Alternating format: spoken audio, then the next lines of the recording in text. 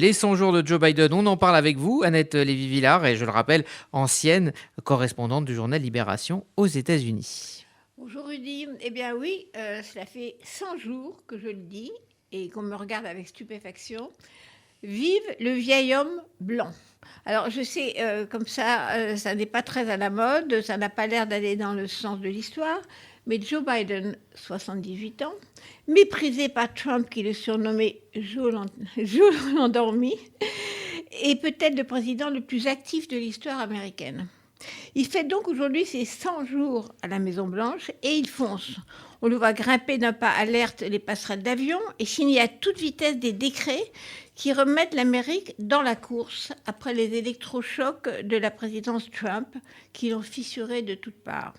Hier soir, Joe Biden a prononcé le traditionnel discours devant un congrès vide pour raisons sanitaires, en commençant par Madame la vice-présidente Kamala Harris et Madame la présidente de la Chambre, Nancy Pelosi, deux femmes au pouvoir, avec lui, le vieil homme blond. Très rockstar, Biden a lancé son jingle « America is on the move again ». L'Amérique en mouvement, l'Amérique en marche, on pourrait dire. L'Amérique se remet en route. Le vieil homme blanc a surpris tout le monde. Le premier jour, il avait lancé son offensive contre la pandémie en annonçant « On vaccinera 100 millions de personnes en 100 jours ». Eh bien, il en aura vacciné en 100 jours 200 millions. Et il y aura bientôt 3/4 des Américains qui seront vaccinés. Et le président répète à la télévision « Vaccinez, vaccinez-vous, vaccinez-vous et vous pourrez vivre sans masque ». Là-dessus, il enlève son masque en direct, suivant cela les conseils de l'autorité sanitaire sur le virus en Amérique, qui dit « Si vous êtes vacciné, maintenant vous pouvez enlever vos masques en plein air, à condition que vous ne soyez pas dans une foule ». Première manche gagnée dans la bataille médicale contre le Covid, Biden s'est battu en même temps sur l'autre front, celui de la crise économique qui a jeté des dizaines de millions d'Américains dans le chômage et la misère. Alors, un chèque d'urgence pour commencer, et puis grandiose à la Roosevelt, un plan total de remise en route de l'Amérique. 1 800 milliards de dollars débloqués cash. Le plan, 2 ans d'école maternelle gratuite, congé parental, garde d'enfants, la rénovation des routes, des ponts, des aéroports, l'Internet pour tous. Et l'Amérique rentre en convalescence de la folie trumpiste qui avait fait des cadeaux fiscaux aux plus riches que Biden a tout de suite supprimés. Il va taxer les 1% plus riches et les grandes sociétés pour financer son plan pour les familles américaines. Plus fort qu'Obama en 8 ans à la Maison-Blanche, dont, je rappelle, Biden était le vice-président fidèle, mais dans l'ombre.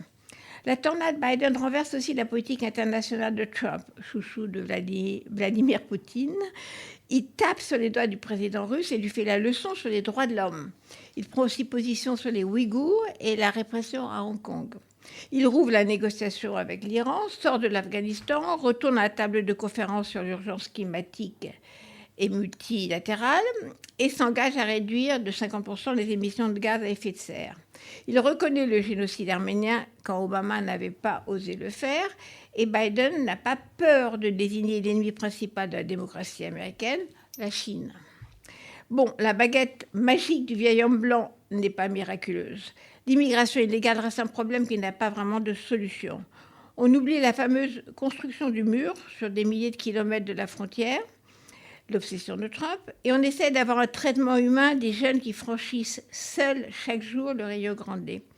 Mais l'annonce de la régularisation des illégaux a fait appel d'air et les migrants d'Amérique latine se précipitent à la frontière.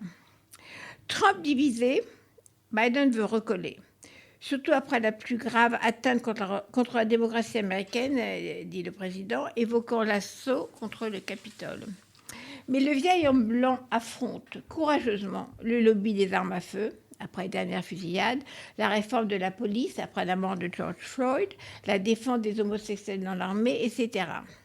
Ensemble, dit-il, quand l'exilé en Floride, Donald Trump, s'agite toujours, tire les ficelles du Parti républicain pour faire échouer le programme du nouveau président.